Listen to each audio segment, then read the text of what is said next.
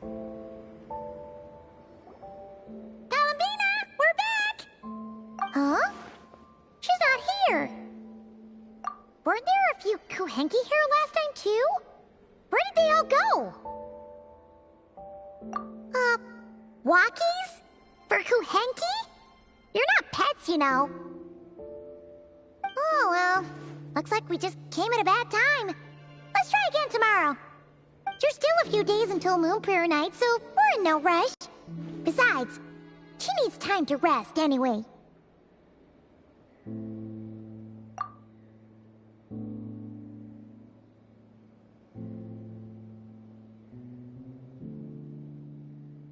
Columbina! Are you back yet? Oh, how strange. Looks like she still isn't here. Right? It's not like her to spend so much time outside. Especially since she's worried about attracting unwanted attention. What about Luonatar? Luonatar, you there?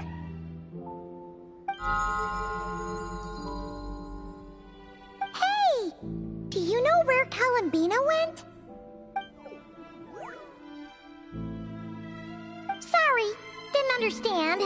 But if you know where she is, could you take us to her? Yeah, that's even stranger. What about them? Oh, that's not good news. They change color when Columbina gets weaker, right? And they look super pale right now.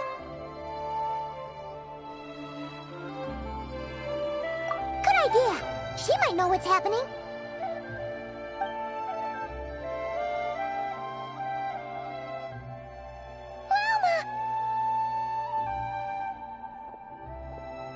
Ah, it's you. How is Kutar? Is she okay? No, she hasn't. I came here to check on her after I noticed the flowers had changed color. Based on past precedent, she must be very weak right now. Even getting up to walk would be a struggle. It seems unlikely that she wandered off outside. Not to mention that she doesn't do that at the best of times either. So yeah, this is super weird. No. Very few people are in the know about Kutar's whereabouts. And if anyone suspicious had visited, they'd have left some sort of evidence. Come on, let's go to Nasha Town. If anyone has seen her, someone there will know about it. It's not Kry's information hub after all. Makes sense. Let's go!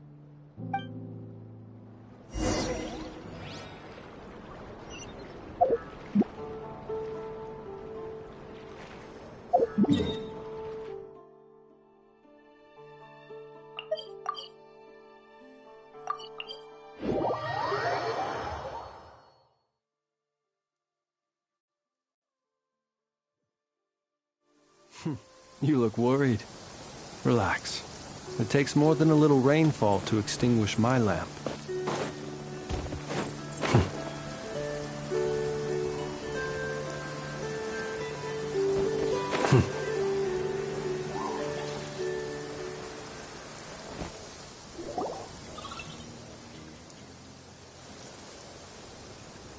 Wait a moment. Is it just Paimon, or is this stall kind of suspicious? It's never been here before, right? No, I don't recognize it. Alas, your free and easy adventure time is over. Now, prepare to face the final boss of Nod Cry. Whoa! Where'd that voice come from? Not sure, but it's definitely hostile. No, no, no, not that way. The final boss is right here. The sniffer mole? That's the final boss? Surely not. Also... Okay, the jig is up. I'll stop teasing you. Turn around. I'm right behind you. It seems I've managed to leave quite an indelible impression, even though you've never seen my face. Ah, nothing could make a great mage more pleased with herself.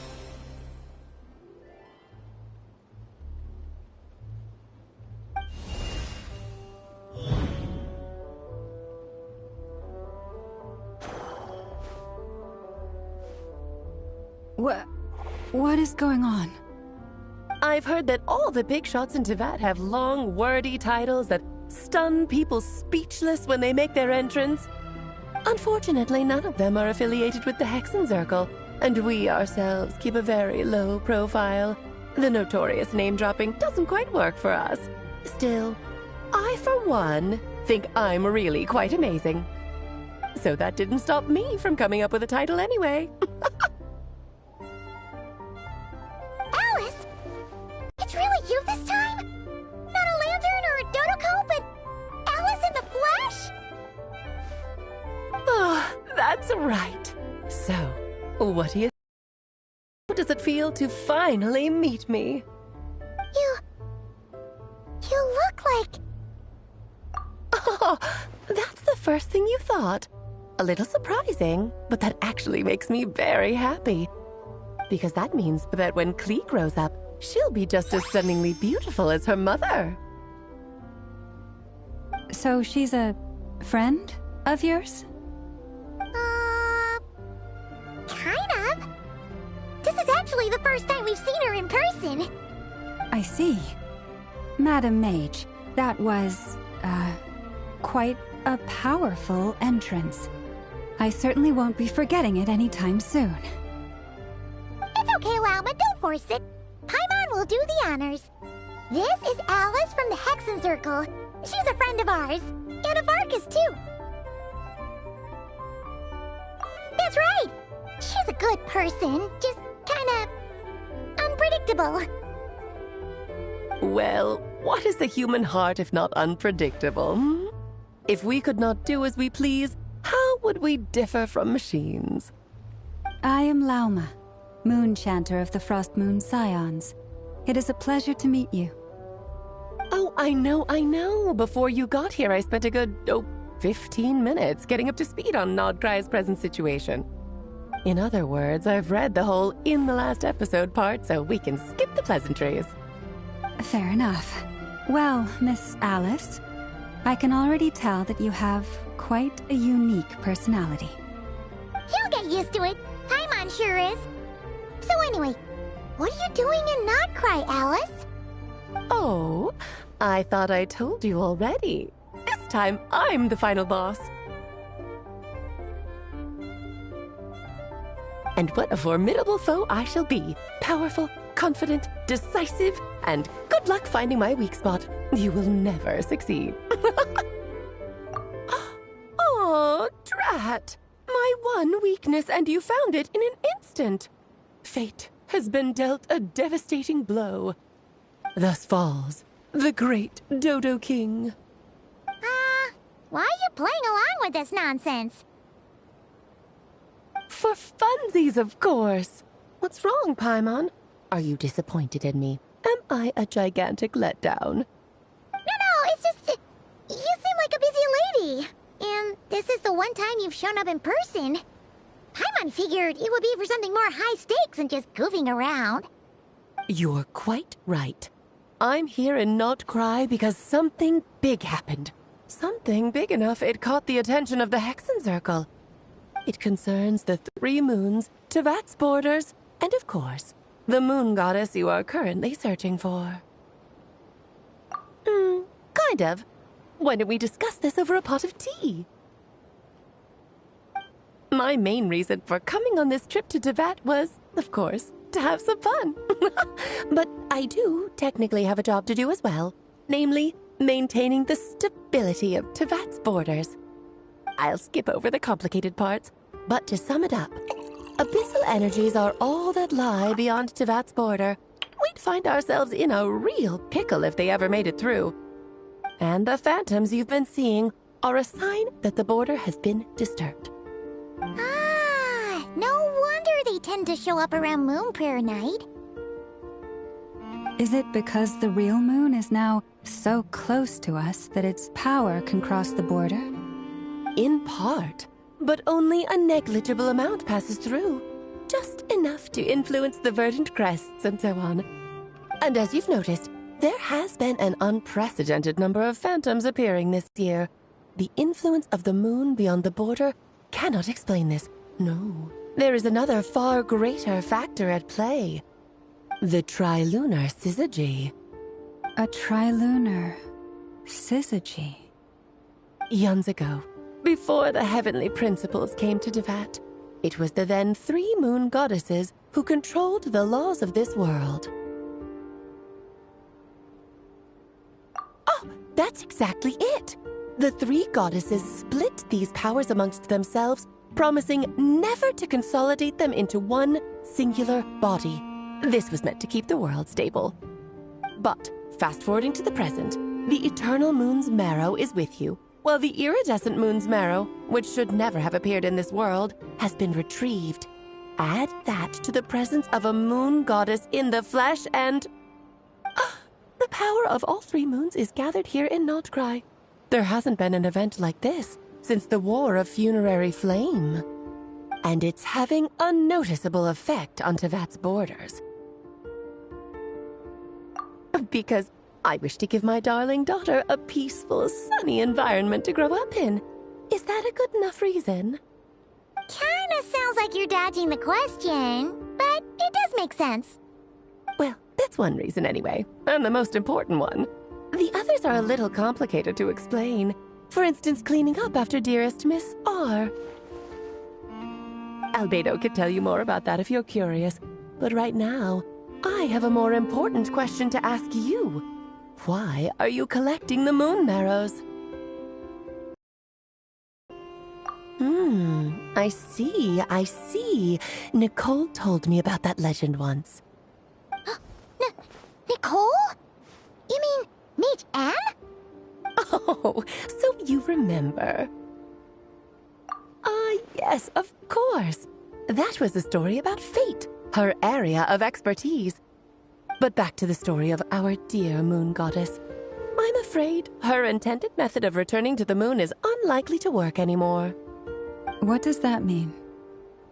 She may be missing, but she hasn't gone anywhere. She has disappeared.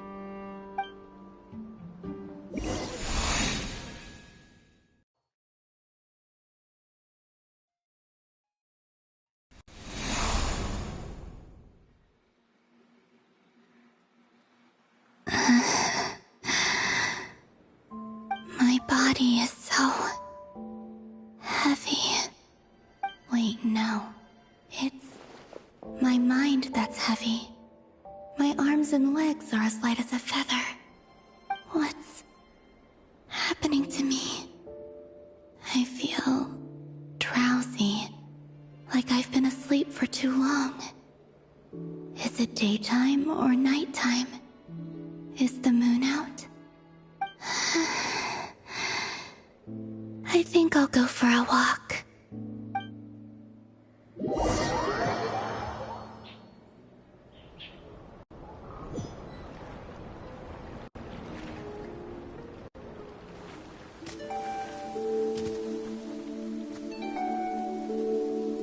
Are you out for a walk too?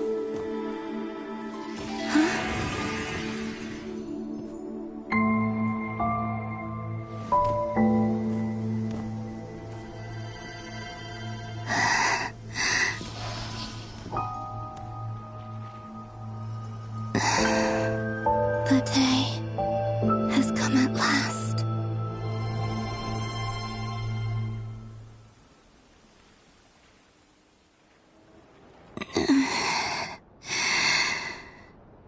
Have I grown so weak that I can't even sustain my physical form? But Moon Prayer Night is nearly here. I was so close to returning home. Death is near. Is this how it ends for me? Will I return to the moon after I disappear? Or...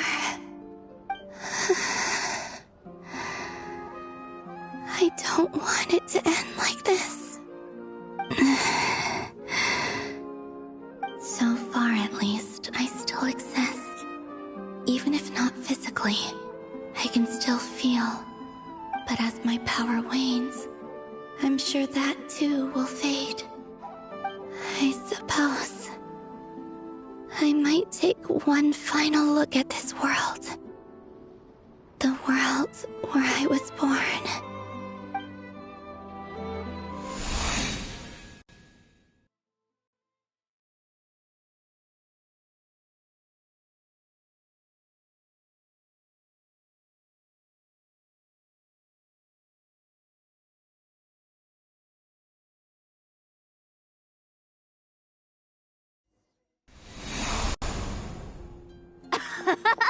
Come on, come on!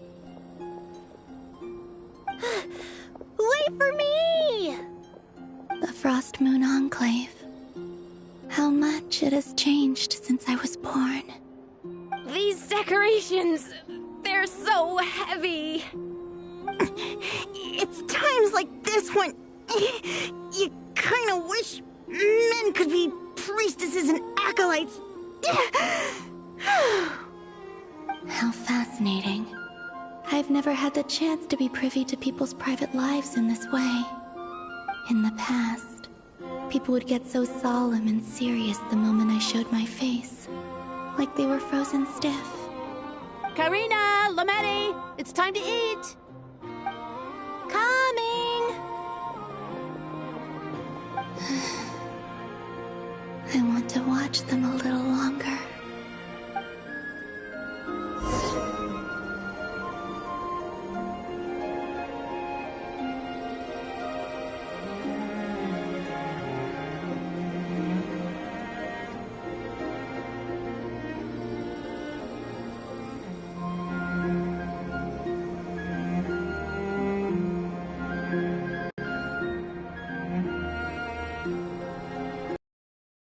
So just fill these balloons with air, right? Yep. Try a couple now to test things out. The rest can wait till Moon Prayer night. Think fast. Rita! Teasing an acolyte of the Frost Moon Scions? Surely that's a punishable offense. Take this!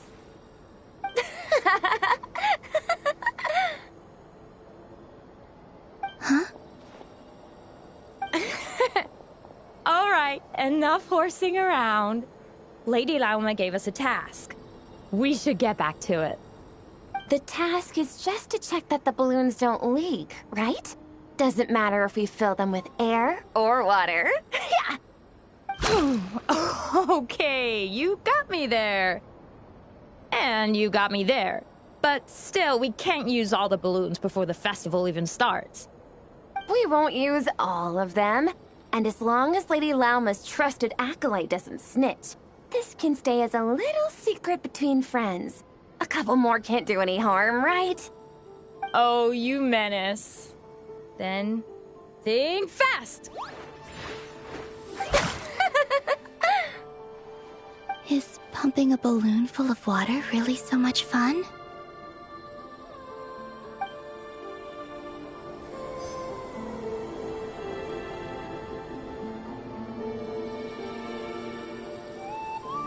Yep.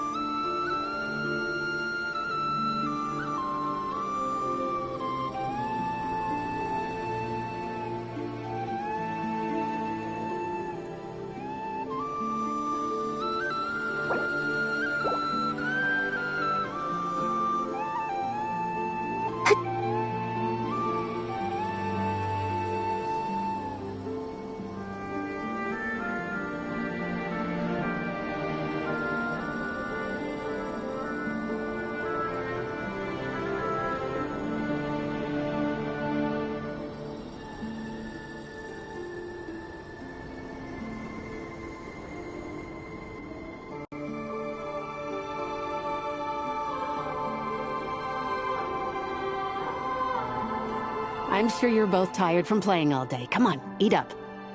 A plain, humble meal. That has always been the way of the Frost Moon Scions.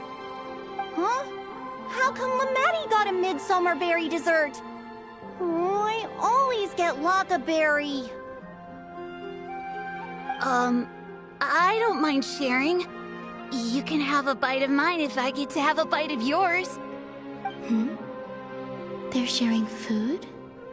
I've never shared food with anyone before. Even at the Harbinger tea parties, everyone just ate off their own plate. And when I couldn't finish my food offerings from the Frost Moon Scions, they'd leave the leftovers out under the moonlight for the animals to claim. Hey! That was 2 bites! Oh, then you can have another bite of mine. Oh, you too. Oh, don't fret now. Here, have some of Granny's too. So this is what it means to be family.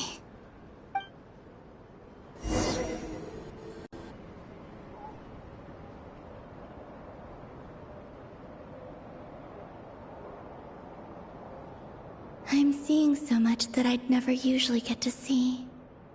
They'd never act like this when I was around. It's nice, being able to just watch people in peace in these final moments. What a rare opportunity. I think I'll go take a look around Nasha Town, too. Maybe the Traveler will be there.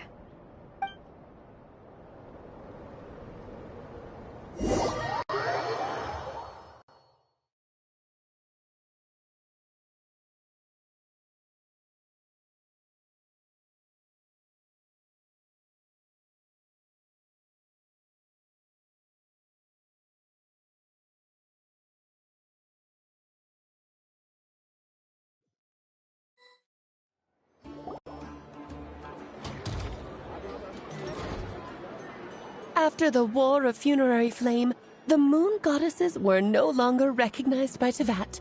They lost the whole foundation for their existence. That's why the Moon Goddess's strength is fading. She cannot withstand the world's rejection of her. To be more pedantic about it, the Moon Goddesses did something to offend the heavenly principles, and that's why they were ousted. Something of a recurring theme in Teyvat's history. Theoretically, speaking so candidly should put me in their crosshairs too, but they can't tell me what to do. I'll say whatever I want. Anywho, the Moon Marrow energies were but a drop in the bucket for her, and that battle against the Ray Hair of Solnari only weakened her further. Fortunately, it happened close enough to Moon Prayer Night when the Kuvaki concentration here is high. That's the only reason she managed to survive this long. What do you mean, fortunately? You said she disappeared. We're too late. Oh, what a headache. I thought this was all common knowledge. I guess I have some more explaining to do. Okay, buckle up. It's time for another lecture.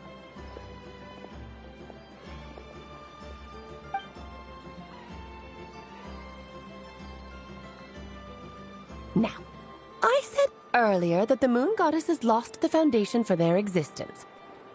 The reason for that has to do with the natural order. Basically, the rationale for their existence in Teyvat was lost. The same logic applies to the present Moon Goddess, too. Consider her existence so far. Her comrades in the Fatui called her Damselette. And she was worshipped as Kutar by the Frost Moon Scions.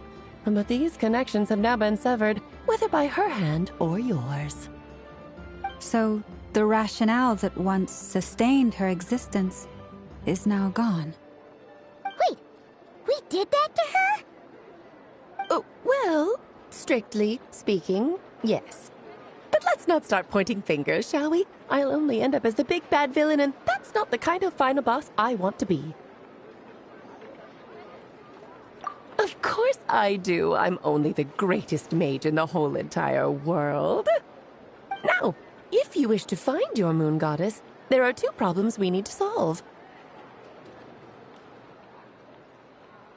Firstly, we'll need to strengthen the connection between her and Teyvat, at least enough to sustain her until Moon Prayer Night.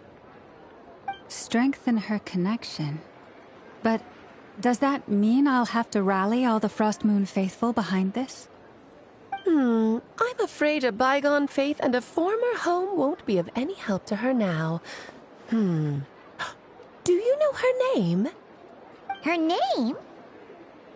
Yes. Names are very important things. A name is a fundamental concept that anchors one's entire existence. then your first job is to find it. As a moon goddess, I'm sure she must have a name she identifies with. Neither Columbina nor Kutar is her true name, and she's never really accepted either of them. So, finding out her real name is enough to sustain her existence? Yes, I know it sounds like a small step, but every journey begins that way. So for now, that's all we need to focus on. The second problem is with her plan to use the moon marrows to return to the moon.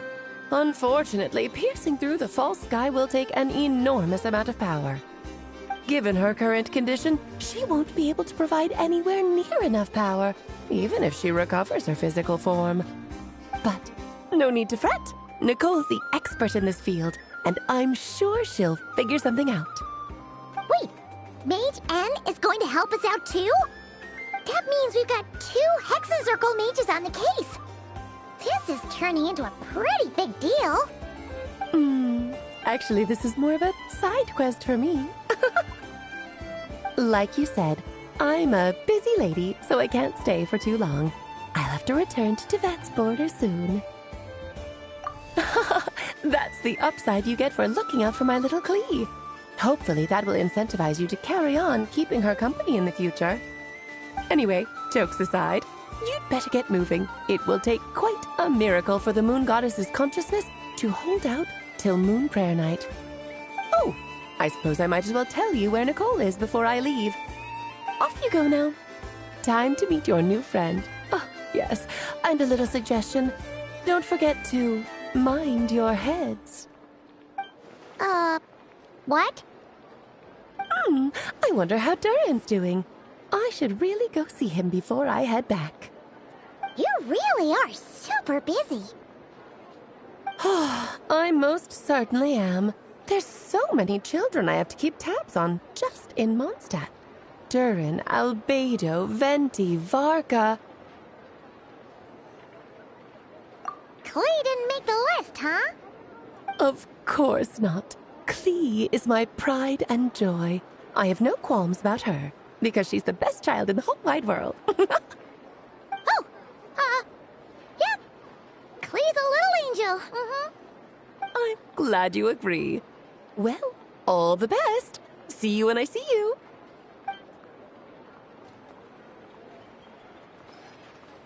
She left in a hurry. Yeah. She didn't pack up her stall. Should we handle it for her? I must say, I'm now very curious about her daughter. Klee, wasn't it? What's she like? That's a long story. Come on, we'll fill you in as we go.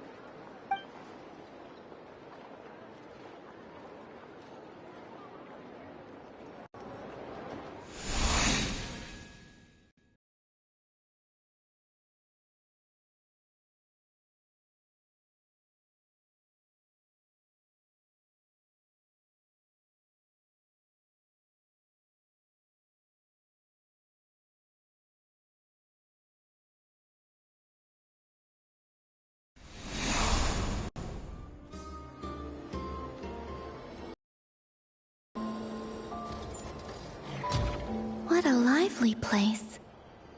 I've never experienced Nasha Town like this before.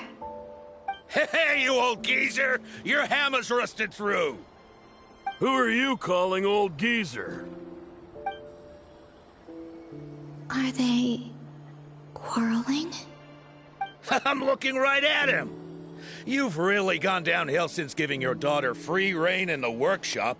Can you even swing a hammer anymore? It shouldn't take you days just to fix a single chair! You might as well use that hammer to massage my back for all the good it's doing. Don't run your mouth, or you'll get a back massage that'll put you in bed for the rest of your life. Look, the materials haven't arrived yet, all right? You know how busy it gets in the days before moon prayer night. I'll bet you send all the materials to your little princess. Blood's always thicker than water, huh?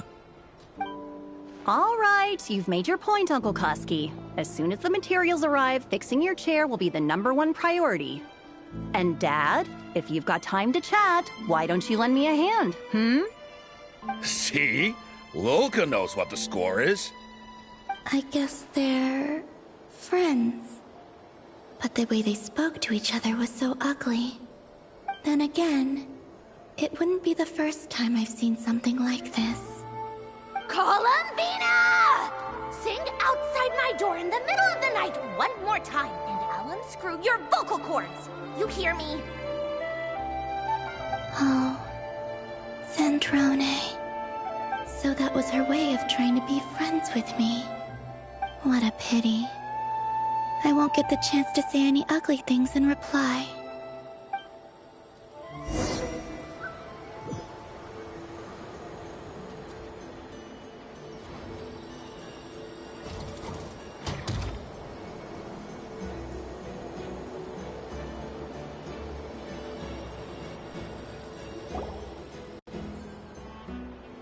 Hey, have you decided what to give her for Moon Prayer Night? I sure have. She's gonna get the surprise of her life when she's least expecting it. Then I'll whip out the ring and pop the question. The surprise of her life. What a fun turn of phrase. Cool, I get the picture. You can spare me the gushy details. Ooh, looks like we have a customer. Hello there, ma'am.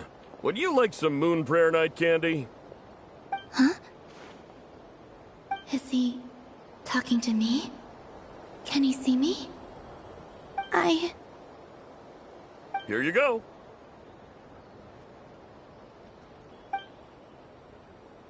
Oh.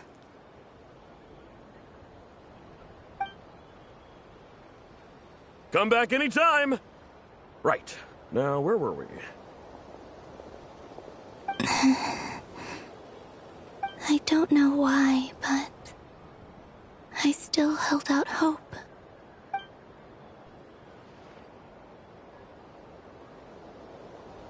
The most important thing right now is to find that mage. This name thing seems super important too, but where do we even start looking? I'd better go pay the Fatui a visit.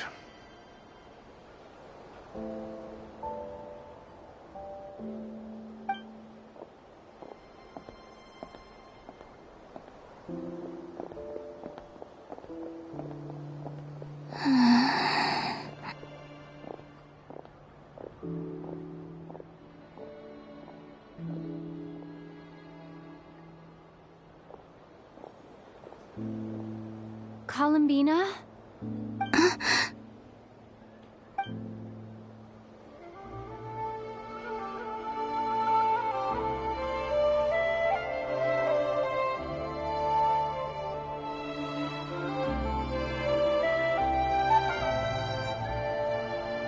Traveler?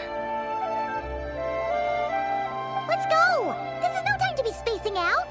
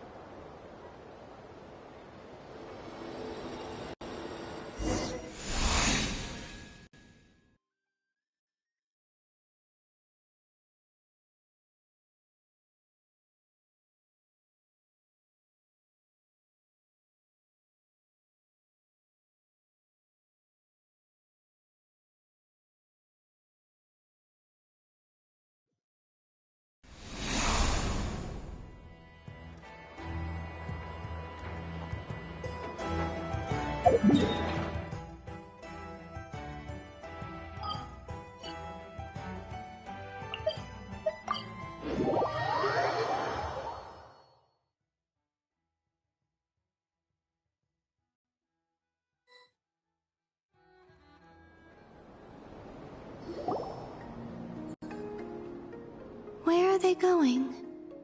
They mentioned a mage and... a name?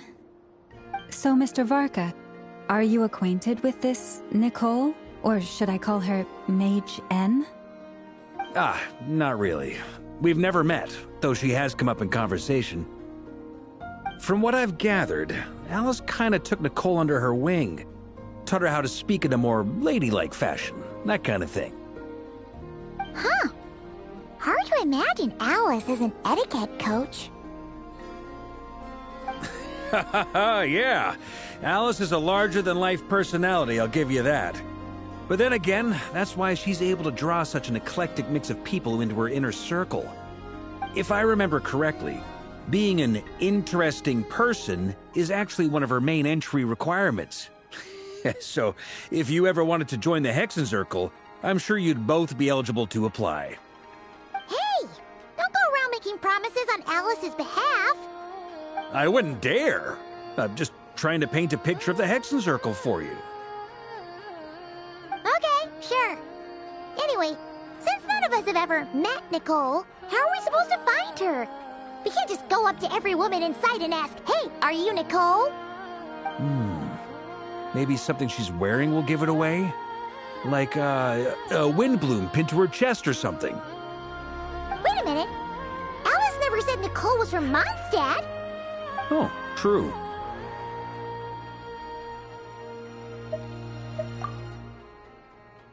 That would be...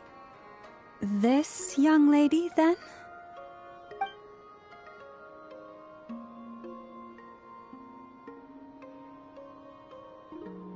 Hey there!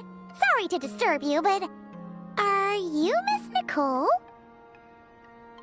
Varka, Knight of Boreas of the Knights of Favonius. Alice might have mentioned me before. Ah! Have we got the wrong person? Sorry. Well, this is awkward. When I shook my head, I meant, no, Alice hasn't mentioned you before. Huh? Where is this voice coming from?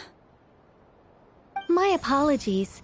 For certain reasons, I am unable to speak. This is the only way I can communicate with you. It might take some getting used to, but I hope you can understand. Hey, it's fine. I'm more shocked by the fact that Alice never speaks about me. I mean, As for you two, we have crossed paths twice before, but it is nonetheless a pleasure to finally meet you. It's really you! Thanks for all your guidance in the past! You're quite welcome. This time, things are different. We have reached the unwritten pages of the story. You might say that we stand at the crossroads of fate.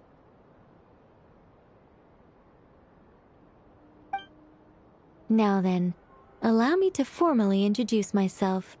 My name is... No, stop! Alice! I can't believe it! I had a whole speech prepared. I'd agonized over every single word. She always picks the worst moments to ruin other people's plans. I'm so sorry about that. Alice took the liberty of devising some bespoke self-introduction magic for each member of the Hexenzirkel. But I could have sworn I deleted all of the triggering conditions for it. How did it bypass everything? Oh gosh, this is so embarrassing. This is a very different side of Nicole than what we're used to. Is she not used to face-to-face interactions? Don't worry about it.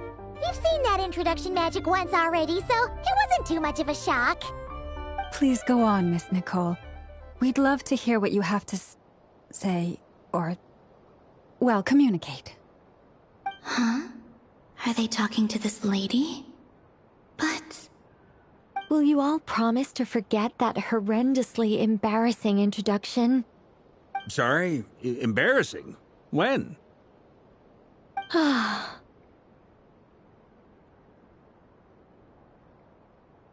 Yes, my name is Nicole, and I am one of a very few angels who have retained both their preferred form and their power. The Traveler and Paimon should be no strangers to this concept. There is another of our kind in Natlan. They call her the Lord of the Night.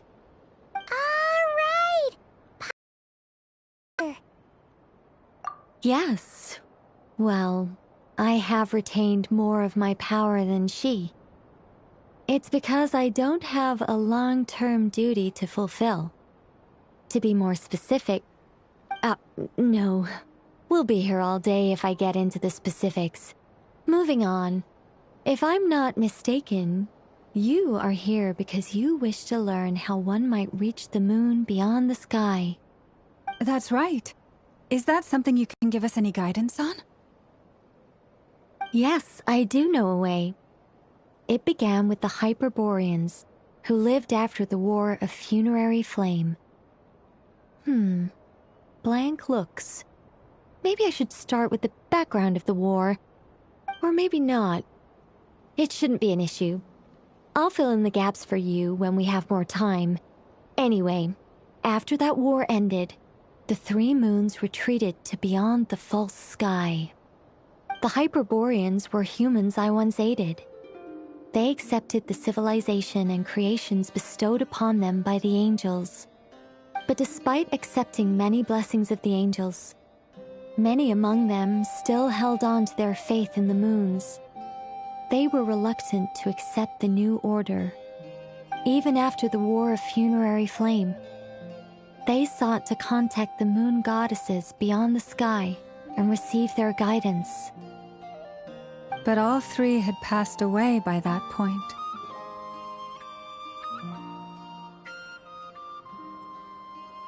This mage has a unique method of communicating. Is she talking about the moons? Yes, but they did not know. And so, still they prayed for the moon goddess's mercy. After building titanic structures that consumed vast amounts of Kuvaki, at last they glimpsed the moons and heard their voices. But of course, they were gravely disappointed. For it was then that they realized the three moon goddesses were dead. Oh, that's such a sad story. It is. Humanity was in a very sorry state at that time. The angels who had once aided them were gone, and the War of Funerary Flames had left them homeless and destitute. Just a second, I gotta ask. How relevant is all this history to the task at hand? Well, I mean, it's... Okay, it seems we've drifted into irrelevant narrative waters.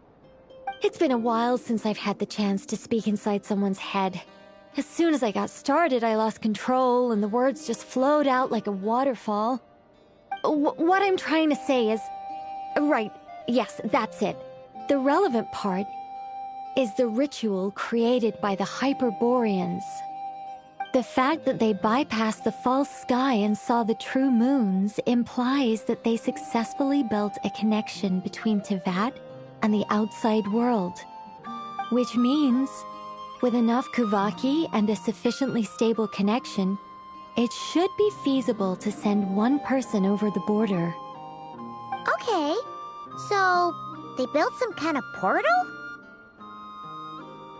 Oh, yes. A portal. Yes. Is something wrong? You sound disappointed. I just didn't expect you to summarize it so well. It turns out I could have said all that in one word, if only I'd managed to think of it. No, please, it's fine. This is invaluable knowledge. I'll be sure to record and preserve everything in writing. Oh, really? Well, in that case, I suppose I could backtrack and add some more detail. I did gloss over a few things so far. Whoa, whoa, whoa, time out. Let's summarize what we've got first.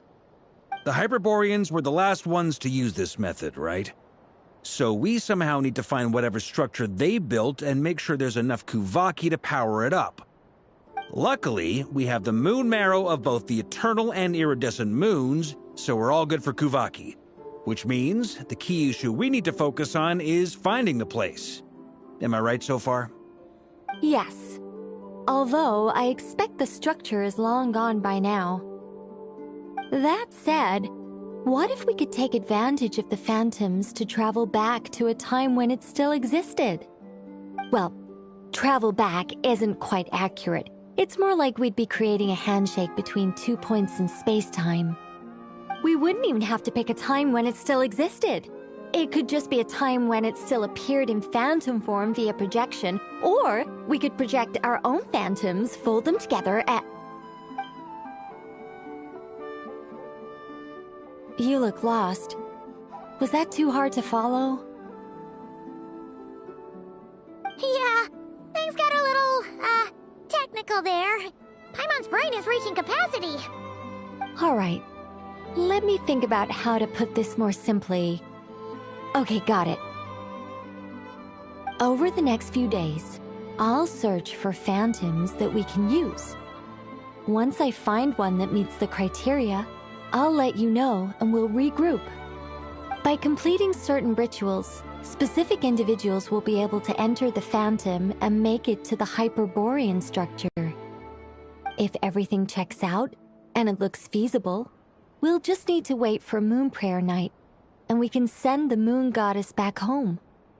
I'm really skimping on the detail here. Is this making any sense at all? I think so. For now, we'll just wait to hear from you. Yes. Basically, yes. Great. Counting on you.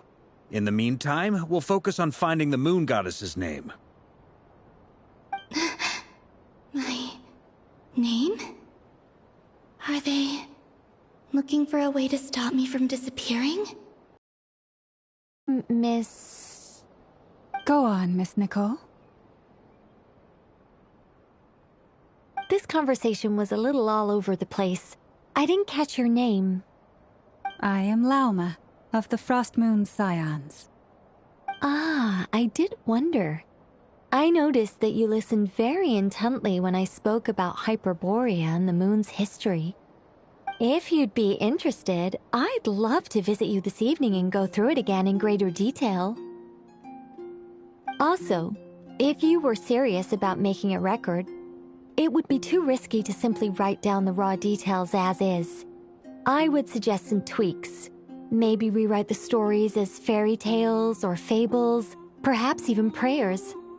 Anyway, we can cross that bridge when we come to it. So, see you later then? Oh, and no need to prepare anything. Just a cup of tea will do. See ya! She seems friendly. It's just... It's so nice to find someone who's actually willing to listen. I've been dying for a chance to finally go through all this systematically from start to finish. Any longer and I'd probably start forgetting it.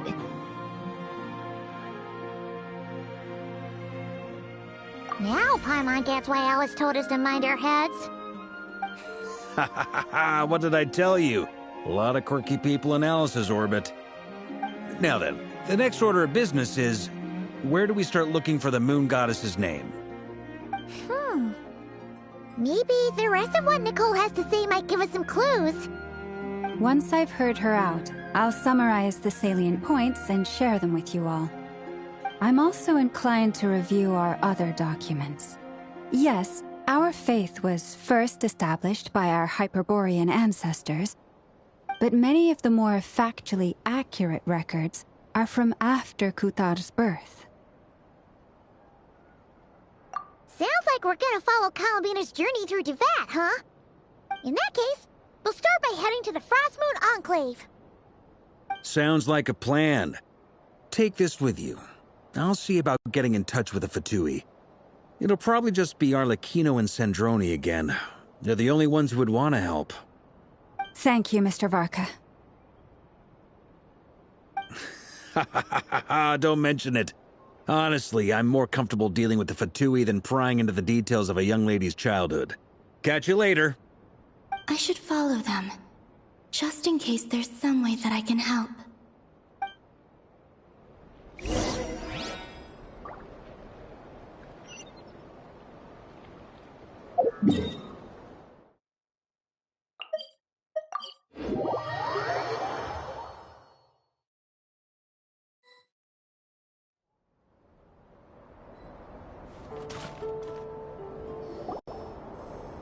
A while ago, I took the time to organize all documents in our possession that pertain to Kutar. What you see here is the material I consider reliable. You're saying there's unreliable material too? Yes. Most of the information we have was transmitted through an oral tradition. Inevitably, some of her stories were mythologized and deified over the years through countless retellings. That's why I organized them into reliable and unreliable. There's no sense seeking answers in history unless we can ensure the veracity of the historical record. Makes sense. All right, let's take a look through.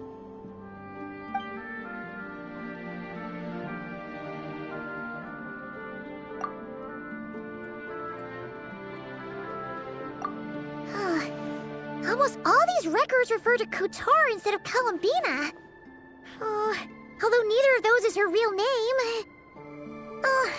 Paimon's not sure what point she's trying to make. What we can gather from these records is that the Frostmoon Scions worshipped her as a god, placing impossible expectations upon her. I cannot fault them for their earnest faith, but for all their devotion, worshipping her day in, day out changed nothing. I imagine that none of it resonated with Columbina.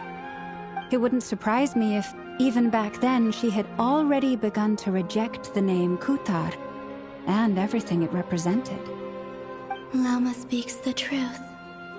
When I heard them call upon Kutar with hope and expectation in their voices, they may as well have been calling upon somebody else.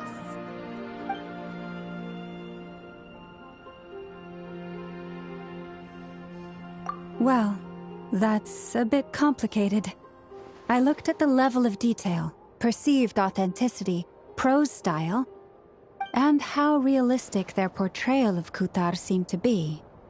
Amongst the Frostmoon Scions of today, only I know of her existence, and I alone have spoken to her face to face.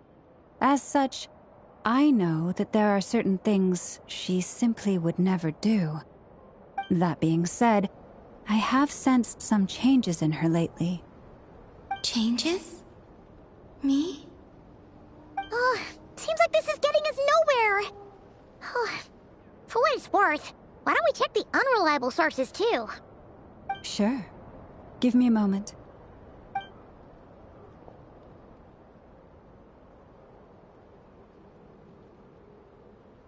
Exerting but a fraction of her divine might, Kutar sheared a great mass from the snow-capped mountain and cast it into the sea, upon whose surface shone the mirror image of the moon. Thus was formed the island of Hisi. Yeah, right. That doesn't even begin to pass the sniff test. The 3 moons are not but lies through and through. Only one moon has ever shone for us, and Kutar is her name. The vast majority of ancient texts are filled with fanciful tales like these. I trust you understand my criteria a little better now. Kutar did not speak, merely gazing into the distance in silence. And where her gaze landed, this was her prophecy. Clearly, whoever wrote this text never even met Kutar. Otherwise, they'd know that her eyes are always closed. What about you, Traveler? What are you reading? Come on, let Paimon see. The child wished to build a wooden nest with which to shield a fledgling bird from the cold.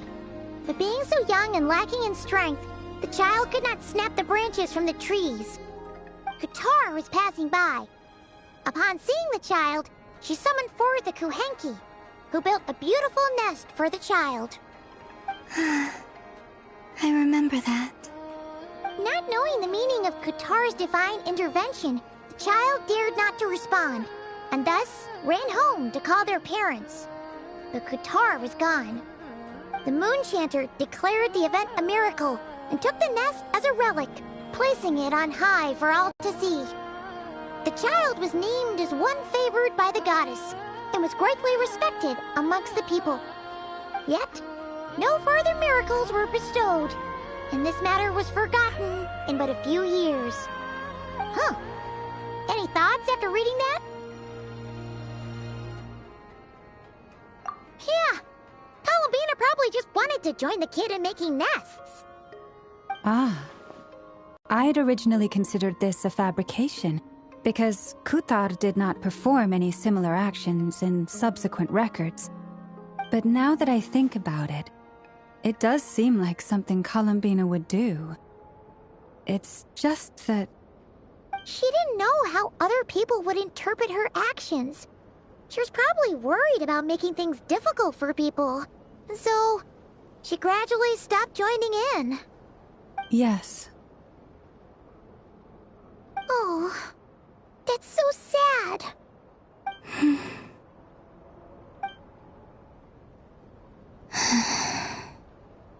And now, I can make no such gestures of warmth, even if I want to.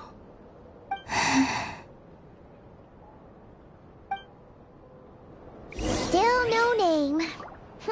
That's a bit of a shame. But we did learn some interesting stories. That's gotta count for something. Barca said he was gonna set up a meeting with Arlecchino and Sandrone, right? Let's go back to Nasha Town and see how he's doing.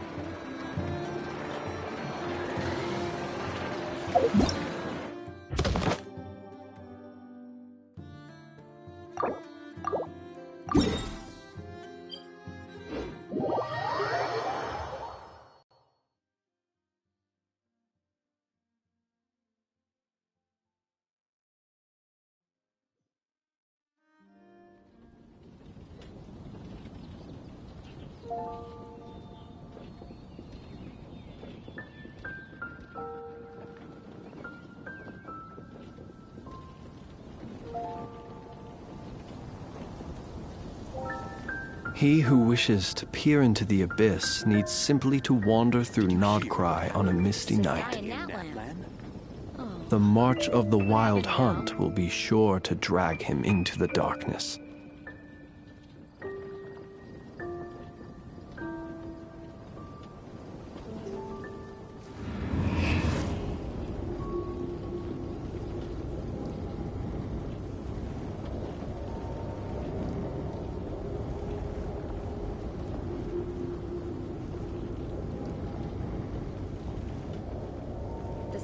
Did you hear what happened with the sky in Natlan? What happened now?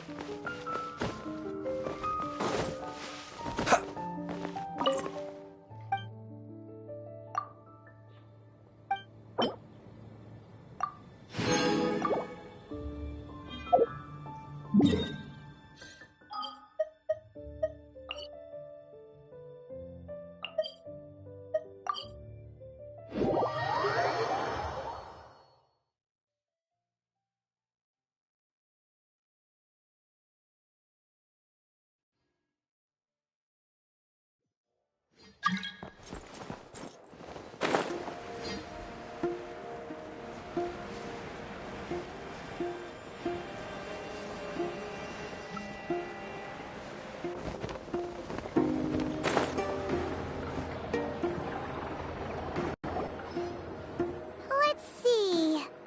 There's Barca. Oh, and it's Durin and Albedo too. pretty much the same place we bumped into each other last time. I convinced them to stick around a little longer. We were all waiting on people, so I figured having a little company would help pass the time. Ah, so you've been waiting for us? Does this mean that you've already arranged things with the Fatui? Sure does.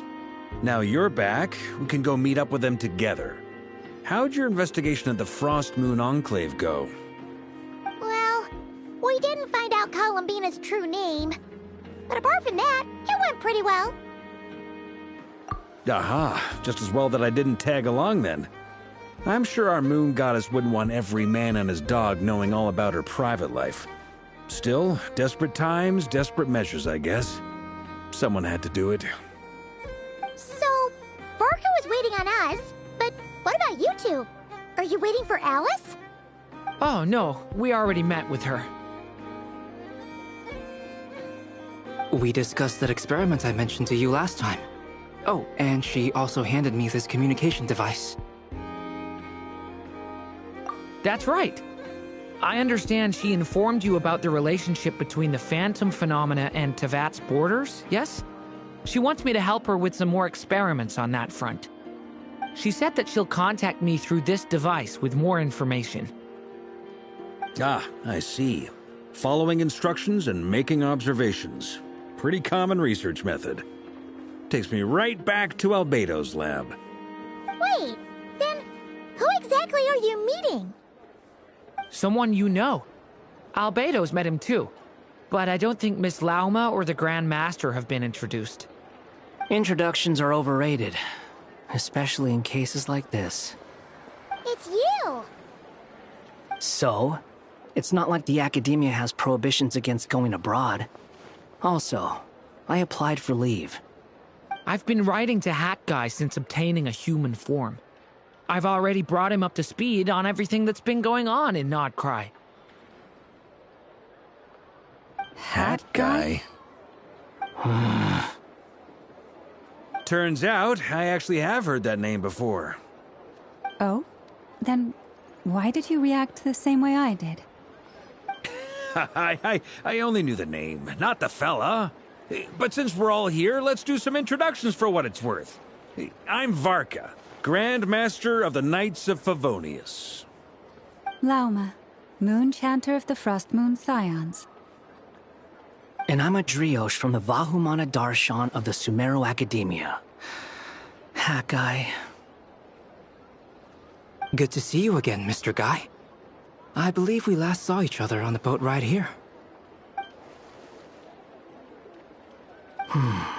Mind you, the only reason I came here is because there's someone I want to look into. Who's that? The Doctor, also known as Dottore, second of the Fatui Harbingers. From the tone of your voice, it sounds like there's bad blood between you. I was reviewing our archives and noticed that a lot of information about him was missing. Left a bad taste in my mouth. That's all there is to it. Dottore, or Zondik, as he was then known, once studied at the Academia, but he got kicked out before he could graduate. So the Harbinger's #2 man is a college dropout? How embarrassing for them. Last we heard, he was planning something. We actually heard that a few times before, even coming to Nodcry, but we haven't seen a trace of him since we got here.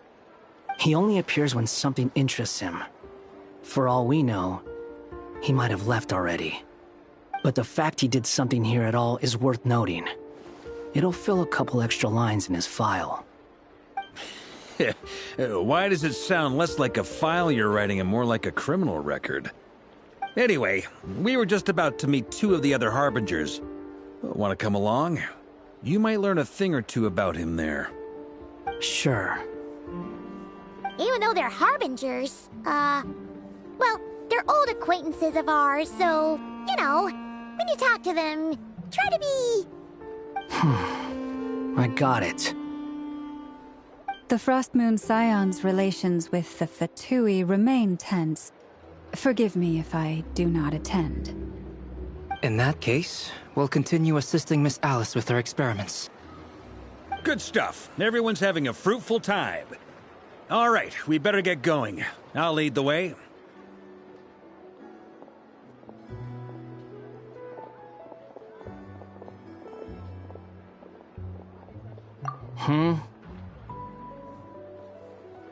Well, yeah. That's obviously part of it. But I'm not the only one who has a score to settle with him. Neither you, nor Lesser Lord Kusanali, nor I want to see him meddling with things again.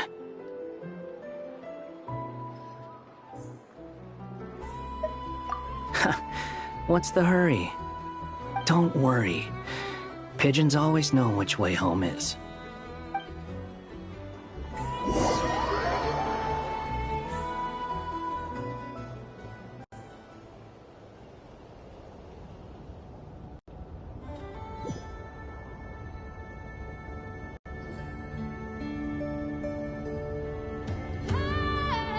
You made it.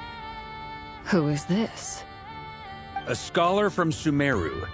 They call him Hat Guy. He's an old friend of the Travelers. Wait, this is the Academia representative you wrote about? He doesn't exactly look the part. I believe this will prove my identity. You'll notice it bears the seal of the Sanctuary of Surasthana. Well, what do you know? So it does. All right then. My mistake. It's fine. I expected as much. What? So as I mentioned in my letter, the Academia's got its eyes on Dottore. But this matter remains top secret. Apart from those assisting in the investigation, the fewer people who know, the better. If anyone asks, I'm here in Nodcry to pursue my personal academic interests. Gotta say, Varka, you did pretty well to keep all this under wraps for so long. Sounds like you got in touch with the Academia about this way back. You flatter me. Where do I even start? Remember that time we fought Rerir at Star Sand Shoal? He sure let me have it then, didn't he? I'll bet Dottore had that all sketched out, with me as his convenient little pawn. He could not care less about us if he tried, but hey! The feeling's mutual. Does Dottore really strike you as the sort who values his relationships with his colleagues? Fair point. Definitely not. Which is why I always keep my guard up whenever he starts making suspicious moves. To that extent, our motivations align. On top of which, I consider you trustworthy people. Now, back on topic. In the wake of the Reikir of Solnari episode, Sandrone and I grew suspicious about Dottore's complete inaction during the entire affair. So we tried to find out what he'd been up to, but unfortunately to no avail. He never lets anyone in on his plans. The more he cares about something, the more secretive he gets. Indeed. Perhaps he believes that by keeping a low profile, he can avoid trouble. But that trick isn't going to work on his colleagues. Yeah, I mean, he's been researching the ancient moon's remnants. And he's been trying to get his paws on the moon marrows. Only an idiot would believe he doesn't have something more planned. With this in mind, I returned to Snezhnaya and relayed my thoughts to Her Majesty the Tsaritsa, entreating her to have him recalled. That's pretty direct. Did the Tsaritsa agree? Yes. I made it abundantly clear that the Fatui's business in Nodcry is almost concluded, and we do not need 3 harbingers in this territory. Her Majesty concurred. Accordingly, Dottore has returned at her orders. I imagine he is continuing with experiments, which no one besides he would ever have any interest in. Common sense might mean nothing to him, but he's not stupid. He knows that no good can come from opposing the Tsaritsa. Smarts alone won't get him all the way. He needs the Rooster's resources and Regrator's Mora. both of which the Tsaritsa can strip from him by waggling a finger. But doesn't he have a track record of publicly following orders while going against them in private? He probably has it down to a fine art by now. Wouldn't put it past him. We worked together on a research project once. Only briefly, but it was enough to show me that we're fundamentally different people. He has no interest in doing things methodically, stage by stage. His thoughts jump all over the place, and the moment his curiosity is satisfied, or he gets the results he wants, he disappears. The only similarity we share is that, once we set our minds on doing something, we will see it done, whatever it takes. Well, we definitely saw some of that in your battle with Rerir. You got so competitive. Ugh, do not remind me. Then I believe we all concur. Dottore will not simply give up. Fantastic. Now this is turning into a whole day of unpleasant memories. Ugh. Are you talking about the moon marrow stuff? He also strikes me as the kind of person to disregard experimental regulations, ruin all the equipment, and go way over budget. Then leave the first person he can find to deal with the fallout. Exactly. This one time, he was running some high-temperature experiment and the substance exploded. But does he care? No. He orders his subordinates to open the device so he can observe the results, which causes the gas inside to leak out. That gas was poisonous! If I hadn't been there, who knows how many people might have died. And after all that, he left while I was still cleaning up after his mess. What a waste of time, he said. Waste of time? The nerve! He wasted my time! You've been bottling that up for a while, huh? Hat guy, I must say, you seem awfully familiar with internal Fatui affairs. Especially when it comes to Dottore. Thank you, Lady Harbingers, for providing such valuable information. I have no other questions for now, so I'll be on my way. Wait, what? You're just gonna leave? You're welcome to join if you want. Ugh. Just when Paimon thought he'd finally mellowed out. He makes quite the impression. I'll say. I've met tons of headstrong people, but not many of them would join me in bad-mouthing Dottore. Anyway, back to the main agenda. Barca, you said that Columbina has gone missing? Or rather, disappeared. Yeah. We're working on building a connection between her and this world. The simplest method is to find out her real name. I've actually asked her that question before, but she said she didn't know. Considering our relationship, I doubt she was lying to me. As far as I recall, she was never dispatched by Her Majesty to claim a gnosis or anything like that. The Tsaritsa's plans had long contained a place specifically for her. I always thought that was weird. What could she do that the rest of us couldn't?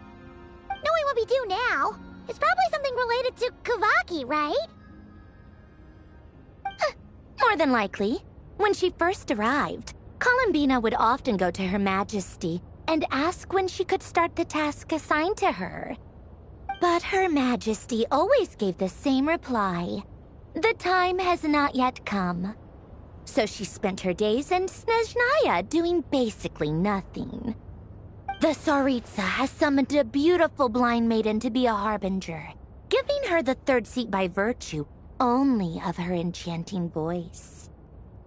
It was a dumb and stupid rumor, but the reality of the situation made it hard to refute. And what happened after that? I imagine she stopped caring. She no longer seemed to care why she had been recruited, and Her Majesty never gave her any missions, so she just continued to sing in the flower garden. For my part, I was busy. So busy, in fact, that watching someone be that idol had me fuming. But still, I got the sense that she had long been used to a life of other people claiming she was needed when she wasn't. I just felt that having a place to stay would cost me something eventually. And so I waited quietly for the day that I would have to pay the price.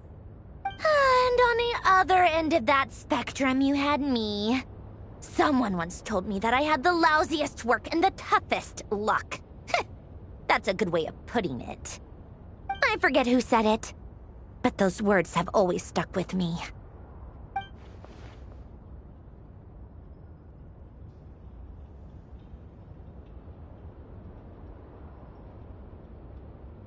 But you've done your job exceptionally well all this time. Because at heart, you are a conscientious person. What is it? Something come to mind?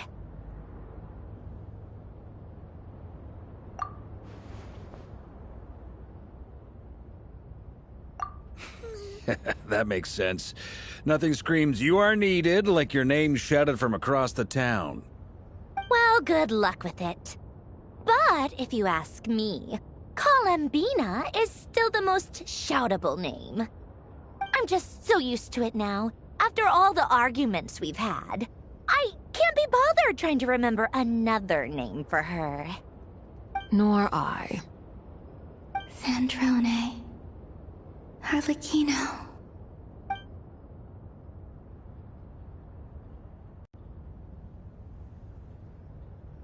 Huh! It's a Seelie! Does that mean Nicole has news for us? Ladies, I thank you for your hospitality. If the chance ever comes up, I definitely owe you both a drink sometime. I'm sure it will. You can make your own way out. Heck, you've been here enough times, you probably know your way around better than I do. Okay! Time to do what adventurers do best. Follow that Seelie!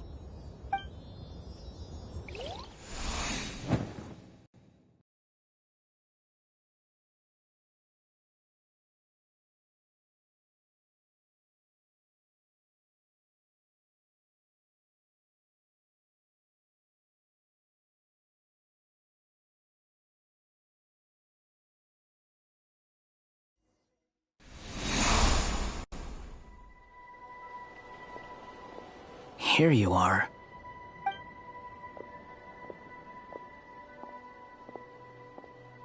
Oh, Hat Guy. How come you're back so soon? Did things go all right with the Fatui? Fine. Dotori's been summoned home by the Tsaritsa. Couldn't get much more than that. How about you? Any progress with the investigation? Unfortunately not. We've tried everything. Different phantoms, different locations, different points in history. But the results are the same each time. Abyssal monsters roaming the land. People crying out in despair, with no hope of being rescued. Every time I see it, I can't help but think, is this what it was like in Mondstadt when Dragonspine Durin attacked? And if I fail in the task I've been given, will I create a tragedy? That's just meaningless speculation. When we encountered similar phenomena previously, I tried to interfere with those illusions, using sounds and lights to guide them. However, we could not change their fates. At most, we were able to extend their existences. The events of the past are like fate that has been written into Irminsul. There isn't a living thing in Teyvat that can escape its past. But Miss Alice instructed us to try to find ways to change the outcome that these phantoms face. It's an impossible task. Can't you just refuse? Since she asked us to do this, I feel like it can't truly be impossible. Or if it is, well, mages can make the impossible possible. I could not have been born as Durin otherwise. But you also said that your past 39 attempts were fruitless.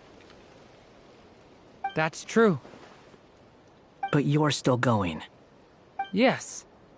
After this many futile attempts, surely you realize that you're not doing this because you still believe what some mage told you.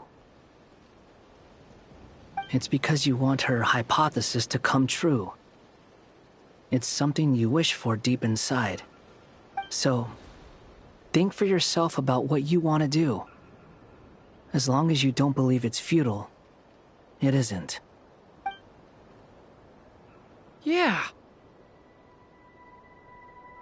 Previous experience indicates that we cannot touch the phantoms, which limits the effectiveness of our interventions. If we want to clear this hurdle, we need to break this rule somehow. Same thought here. Following the same rules means repeating the same failures. Reducing ourselves to mere playthings of fate. So you mean we need to figure out a way to make contact with them despite knowing that we can't? Yes, and I suspect that's something only you are capable of. Everything in Teyvat is logged in Irminsul. Was a sign that the Great World Tree was being corrupted. This corruption allowed things that should not have existed into. This is tantamount to rewriting reality to an extent. You're saying abyssal power might be able to affect those phantoms? No one's ever tried it before. If you're gonna try it, it'll take courage. And you have to be confident that you can control it. Is anyone there? Has anyone seen my daughter? She's missing. I have to find her. I hear someone inside. Spargana? Are you in there?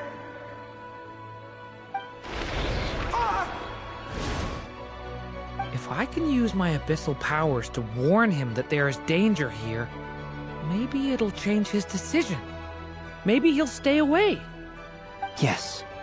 The important thing is not the nature of the power, but rather how you use it. To intimidate and obstruct. Sounds about right for the Abyss. Let me try. I should be able to influence that thing. Have you seen a little girl? What? This isn't the time for that! Just run!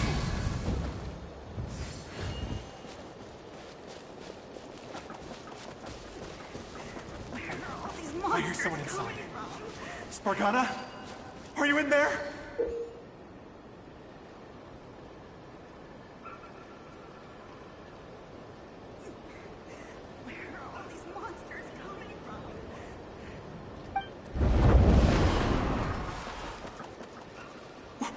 What is this? Looks dangerous. I should get out of here.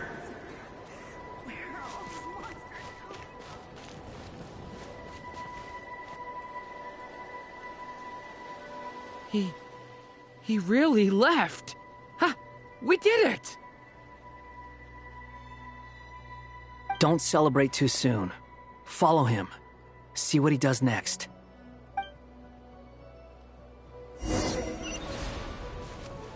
Monsters approaching from the front. You need to stop them and create an opportunity for him to hide.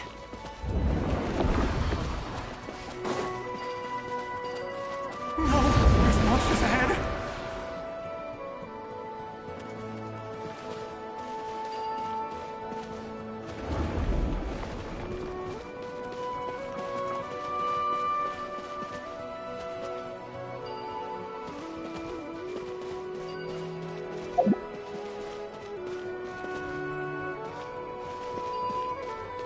Wait, is that the barrier I saw earlier?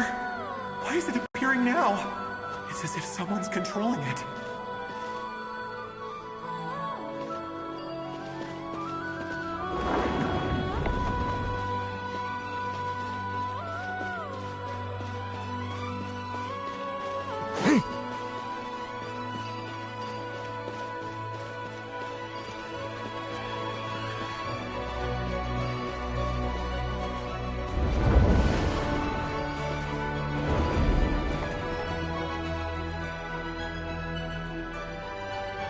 The monsters are gone.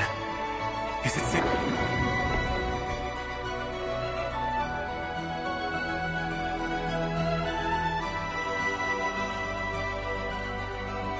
The barrier's gone too.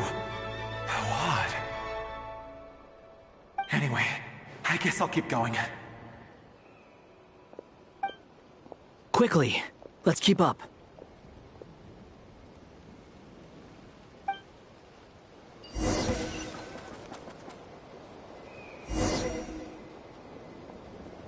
Wait, there was someone else here? Don't go any further. We've got anti-monster traps laid out everywhere. But my daughter must just be up ahead. I have to go. This way's blocked.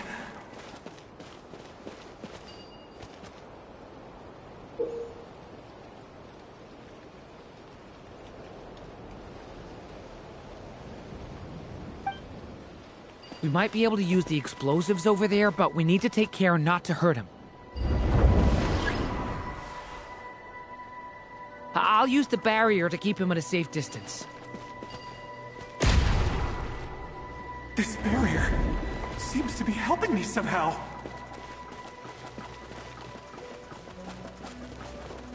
Hey, wake up!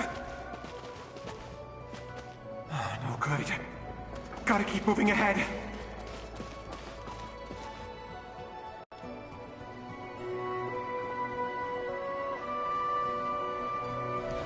So many monsters! There's still a chance, Durin. Use the traps.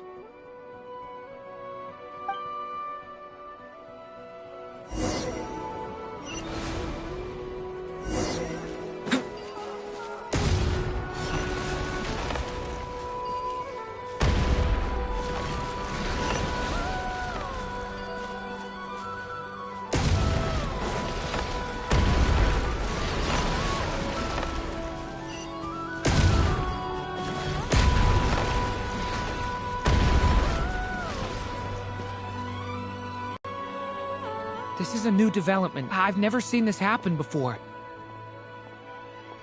We might just be able to save this person.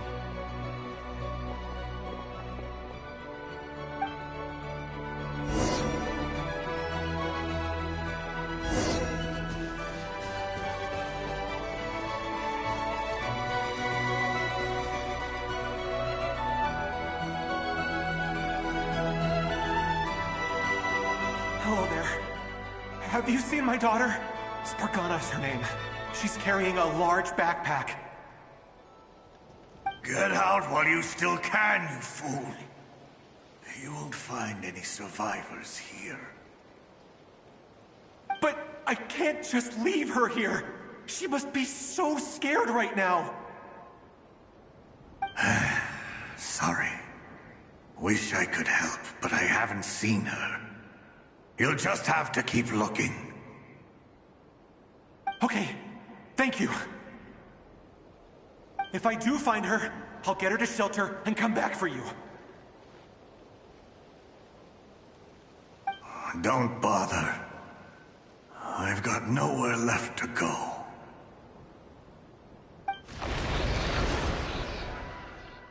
What's that noise? Monster! No, if he goes inside, he'll be walking into a trap. Let's try this once more. This time, we have to stop him.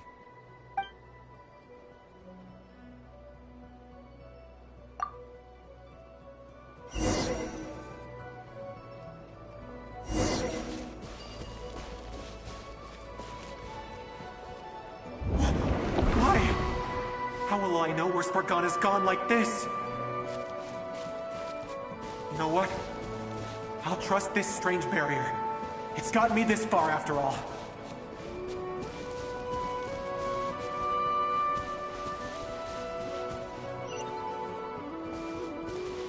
Hey! Spargana, are you there?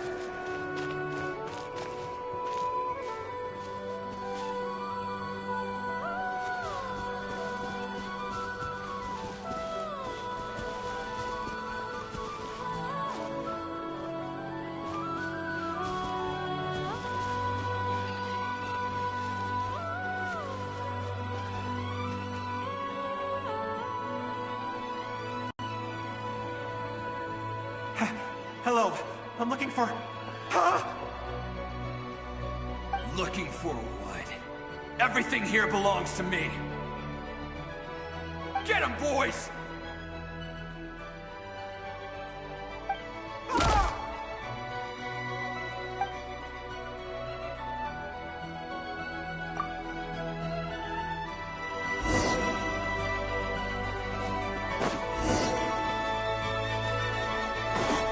Why? How will I know where Spargana's gone like this? You know what? I'll trust this strange barrier. It's gotten me this far after all.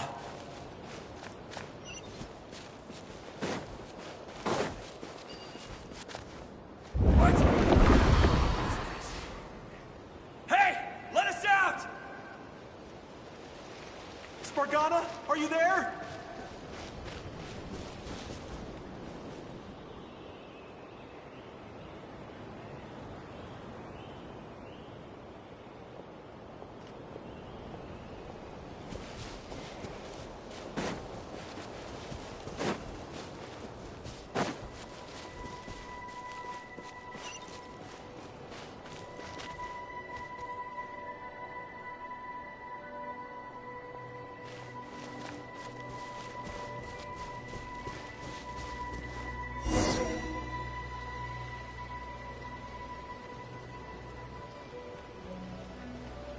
Huh? That looks like one of my daughter's books! Thank you. Thank you! Yes, it's one of hers for sure. That's her name on it right there. She left her backpack here.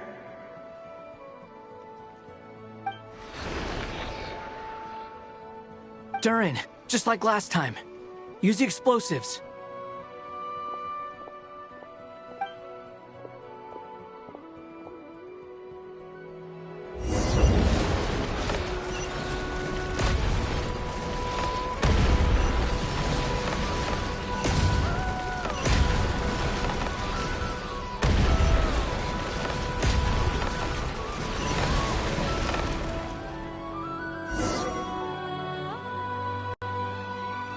It won't work. There's not enough left. If he makes it in, he'll die. But then, this clue could be the key to him finding his daughter. It might not be the only one. Better he misses that clue than loses his life. I guess so.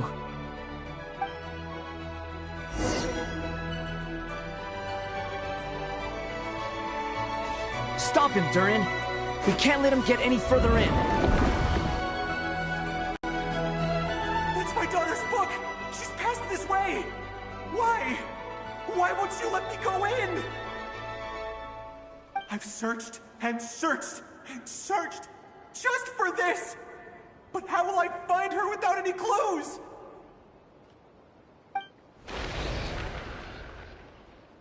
I no longer have anywhere else to go.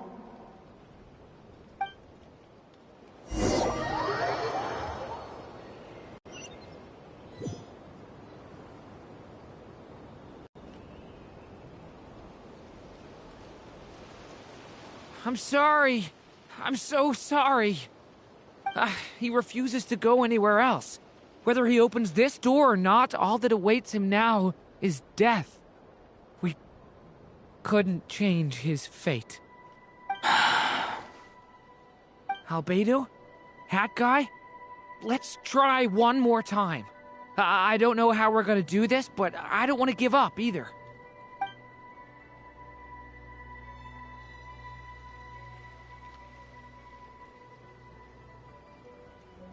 Why am I here?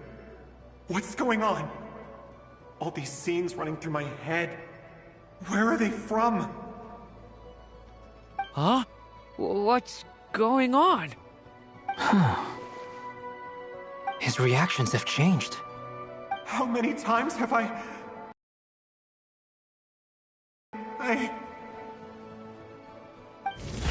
Huh? Wait, who are you? You can see us now? I feel like I always could, but that I only just realized you were there. I'm sorry, I don't know how to describe what I'm feeling. But you were the ones guiding me using that marked barrier, right? I haven't done anything yet, but those monsters, those deaths, they feel like memories. Like things I really did experience. I won't find my daughter. In fact, I'll ultimately die trying to find her. Isn't that right? Well, no, it isn't. Yes, it is.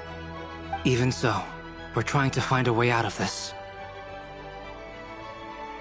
You've not seen my daughter either, have you?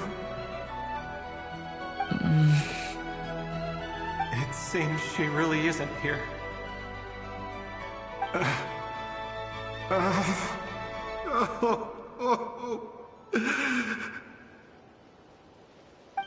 I'm sorry we couldn't help you.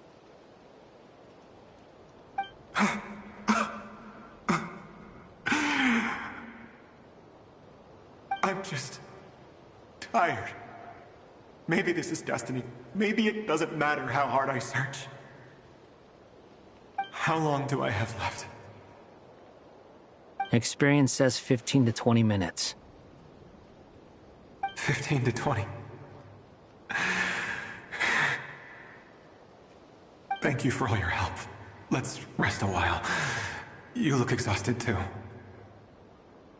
Now's not the time for you to start pitying us. It's not pity.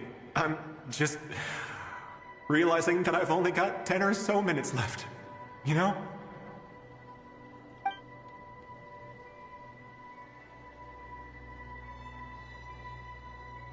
You say you're from Mondstadt, yes? A place with windmills, where people enjoy limitless freedom? And you're from Sumeru, where they've built an academy into a giant tree? Yes. It seems you've never heard of either place. Those names are unknown to me, I'm afraid, yes. Have you heard of Hyperborea? I have, but I heard that it was destroyed in the distant past. I see. That was where my ancestors once lived. What about Delphi Pytho?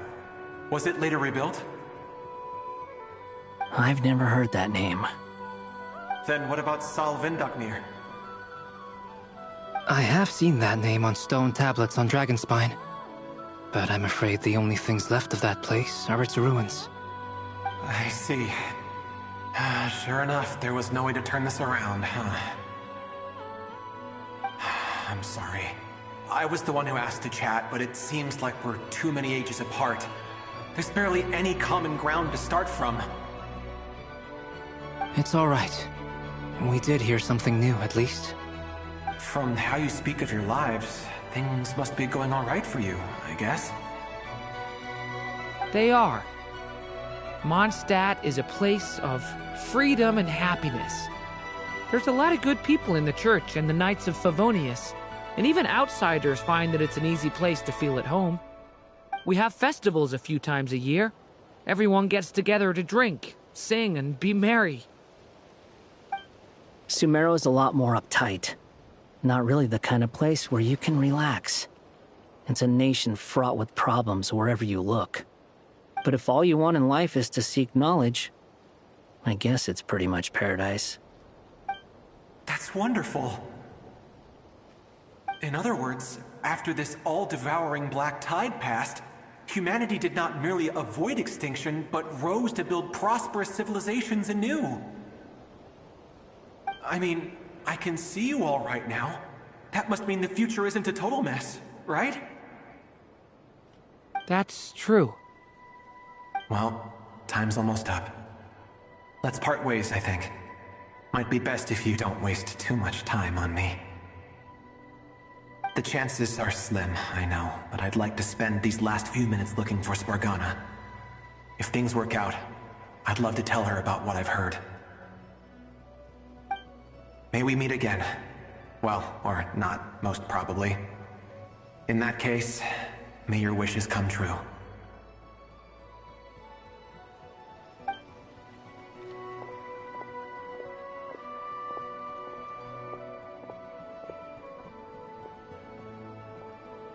He's gone. In a few minutes, he will meet the end that was his to begin with. The ending of this tale did not change, but I believe that we've just made the most progress we have yet. May your wishes come true. If only it were so simple. Hat Guy, could I ask you a question? You've never talked about your past. It seems complicated, and it weighs heavily on you, too. Would you be willing to tell me about it? I mean, sometimes it's better to get things out in the open. Take that guy we try to help, for instance.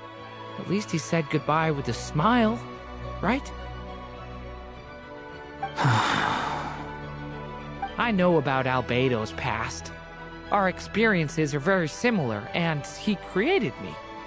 As for you, you're my first friend, and you've witnessed every step I've taken. But by comparison, I know nothing about you. Either way, I mean, we're still best friends. But if I knew more about you, I might understand your thoughts a bit better. I've told you about myself. I'm a student at the Academia. And what did you do before that? Prepared for the entrance exam? All right. If you really don't want to talk about it, I won't press you any further. I was a puppet built from the branches of a white tree, using technology left behind by the Conrian schools of mechanical engineering. A white tree? You mean an Irminsul tree? Yes. A branch of Irminsul that was once connected to the main tree. So you had a human creator too? Yeah.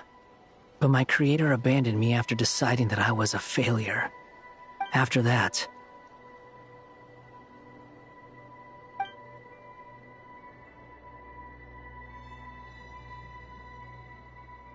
Durin. Resisting the influence of the Abyss, suppressing the urge to destroy, trying to do the right thing. None of these things are easy. But no matter how hard they are, trying to rewrite past wrongs is far harder. You asked me if you would create a new tragedy if you failed. I told you there was no point speculating about that. But the real answer is, yes, you absolutely will. Hat Guy. But at least you've got people here to help steer you away from the wrong path. So, just keep aiming towards the light. I will. I promise.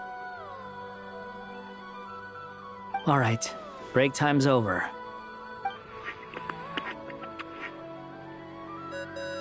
Hello, Durin speaking. Hello, friends, it's me. What have you been up to, I'm detecting some unmistakable fluctuations here at the border.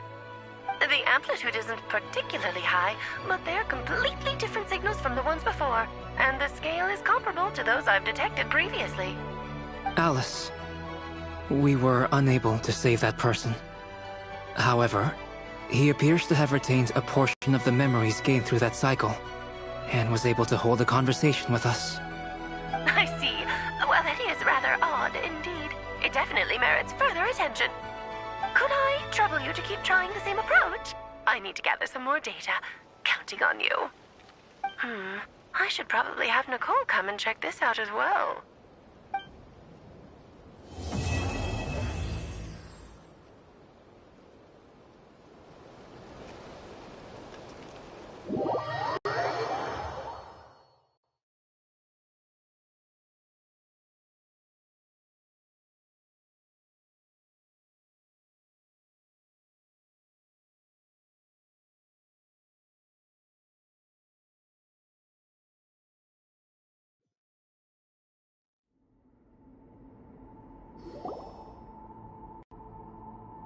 There you are.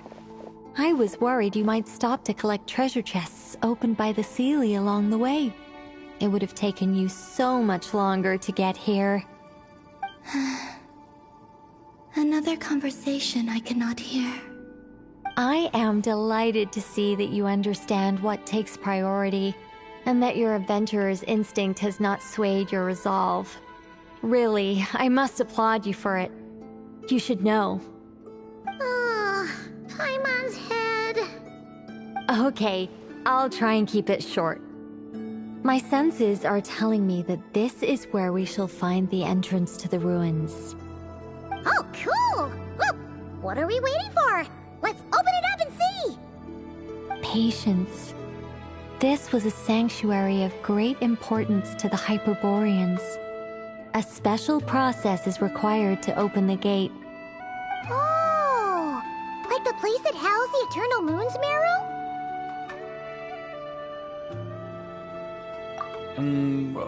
Okay, so what's the plan? Need us to do anything? And just the short version, if you can. Ah. Alright then. I was planning to start with some background on the invention of these techniques. Are you sure you don't want to hear it? It's quite informative. Remember what you were saying about priorities? Fine. Simply put, we need 3 human representatives to successfully undergo a process of Kuvaki resonance. Think of it as a test from the 3 moon goddesses to see if the entrants are qualified, with the most recognizable qualification being Kuvaki. Pretty sure Lauma would ace that test. Oh, wait. But we need 3 people. I also have no doubt that the Moon Chanter would be qualified. But we would need 2 other people with the same constitution. Therefore, the most feasible method is not so much to follow the rules, but to figure out how the test functions and find a workaround. I've done some research, and it turns out the mechanism is rather crude.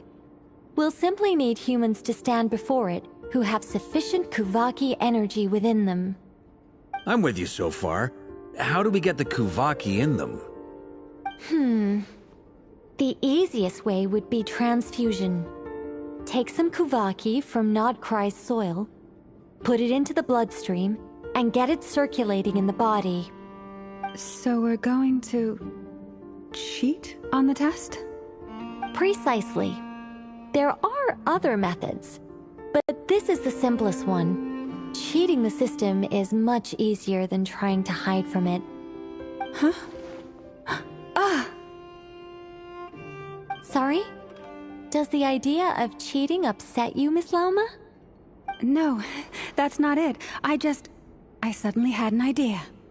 Oh, what is it? It's about Moon Prayer Night. I figured out a way for Kuthar to join in the festivities. Huh? But as Paimon said, we need to have our priorities straight. Let's get back to the test. I'll follow up with Nefer on the festival arrangements. Oh, okay. Anyway, is this really the best method we have? A Kuvaki transfusion sounds dangerous, no matter how you slice it. If you think that's dangerous, wait till you hear the other methods. I'd be more than happy to go through them if you'd like. There are several. No need, we're good. Let's go with this one. Very well. Kuvaki transfusion it is. Now, I should mention that the risks can be greater or lower depending on individual compatibility. It would be rash to simply infuse the Kuvaki and hope for the best. If the body rejects it, the reaction can be quite severe. The symptoms are similar to another condition that some people living here suffer from, known as congenital Kuvaki sensitivity. So, before we execute our plan, I will perform a simple test of my own to see who is compatible and who is not. Once that is done, we will have to complete the resonance process as rapidly as possible. The participants must remain stationary while the Kuvaki circulates and bonds with them, and they mustn't eat or drink anything. What? No eating or drinking? That's some hardcore fasting. They'll all be monks by the time they're through. 3 days. Oh, it's so long! And we still need to find 2 more people who are not just compatible, but also willing to volunteer. Fasting? What are they talking about? Really? Don't you want to think this through? Haha, count me in too. 3 days without food? I can handle that. Miss Nicole has made it clear that this is the easiest way. The way I see it, there's nothing else to discuss. It's time to step up. Yeah, you're right. In that case, Paimon volunteers to be Captain of Logistics. She'll keep the fires lit and grab some spare clothes to keep you comfortable.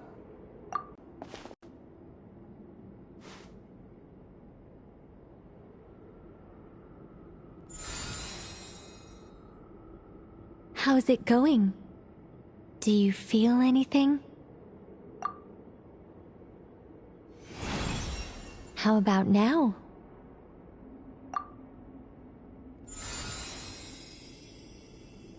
And now?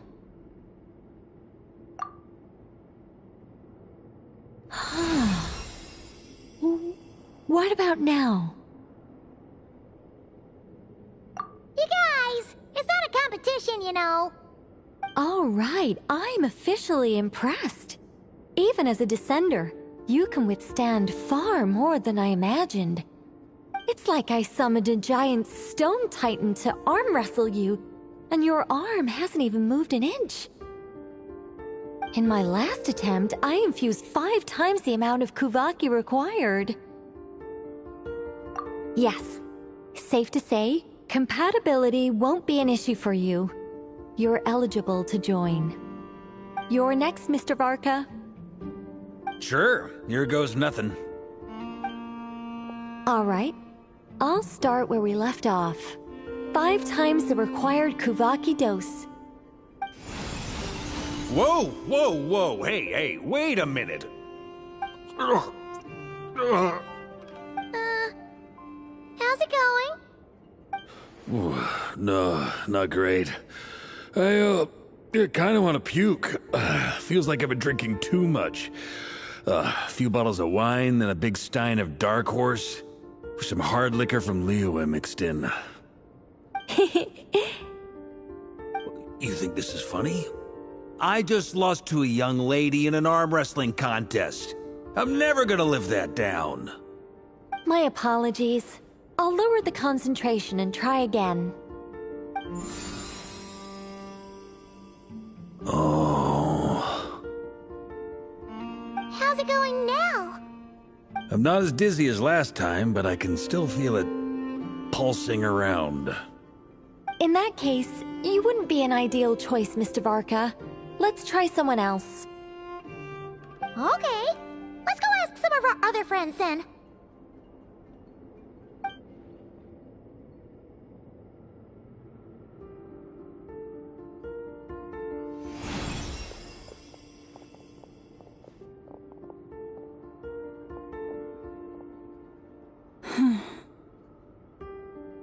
No surprises here, Miss Moonchanter.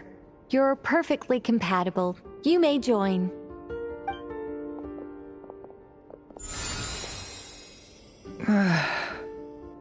I'm getting a slight headache. Shame. You were so close. Whoa! I'm itching all over! Allergic reaction. We can't have that. Huh?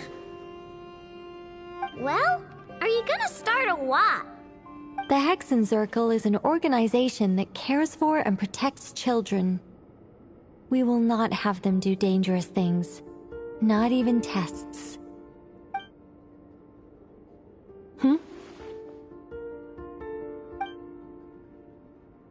Is something the matter? The candidates have to be human. I guess that rules me out too. Huh. Everyone except the Moonchanter got beaten. Guess I don't need to feel so bad after all. I mean, looks like this isn't gonna be as easy as we thought. Perhaps I could ask for volunteers among the Frost Moon Scions. I'll see about talking to some trusted Lightkeeper colleagues. Itlua springs to mind. In fact, I think we had some former Frost Moon Scions join our ranks recently. Can you give me the scientific explanation for how the test works? I can probably make some kind of test bot. Then we can just zip through Nasha Town, going up to people and pressing a button to check their status. Wouldn't that be way easier?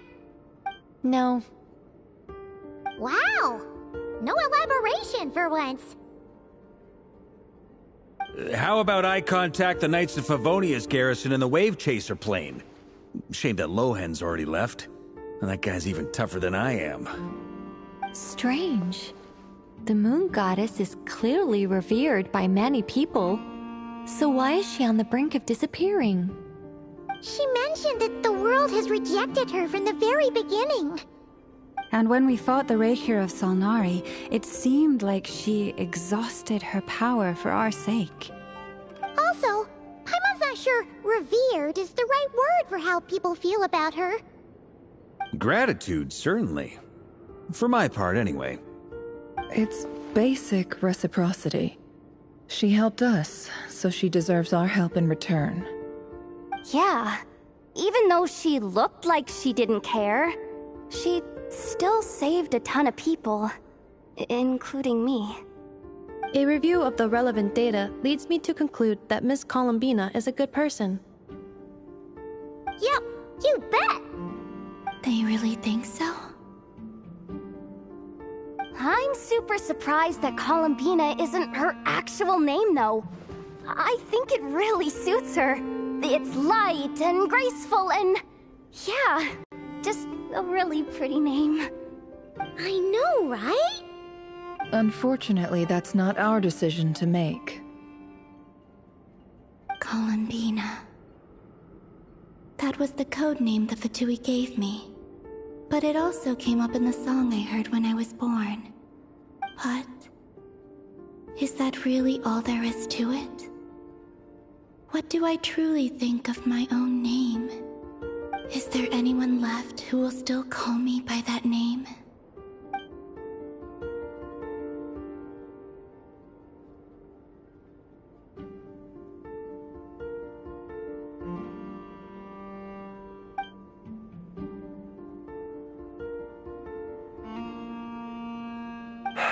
Moonprayer Night is getting closer by the day. We're running out of time. We need to look for other candidates.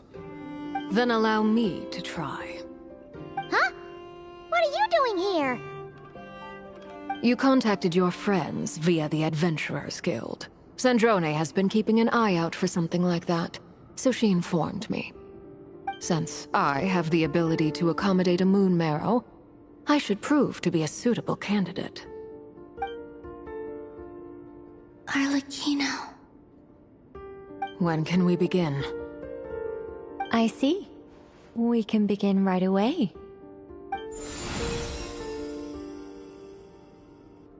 How was it? Did you feel any discomfort? Not at all. Then it seems we shan't need to look for additional candidates after all. Great!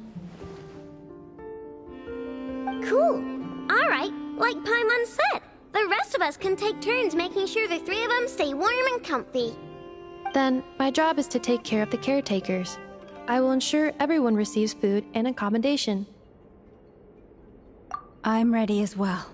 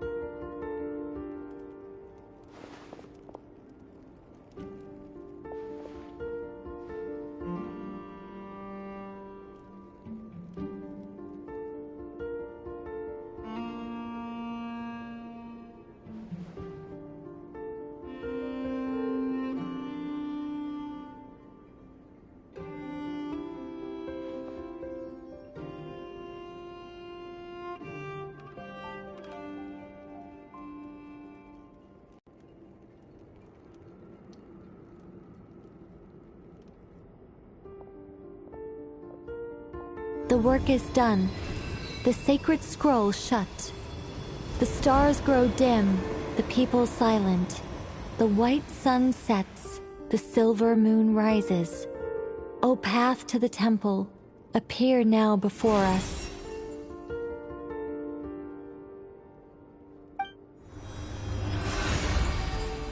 Wow! It really opened! So that's what all this is about.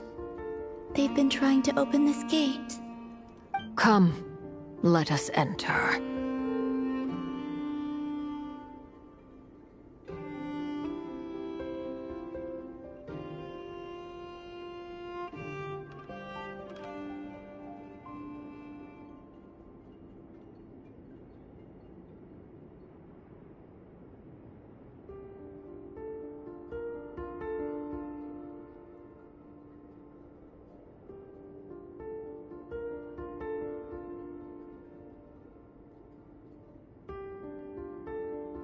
It might be best to eat something first. Take care to chew properly and swallow slowly. It will give your body time to readjust to the digestion process. They will head in soon. They will need to enter this gate.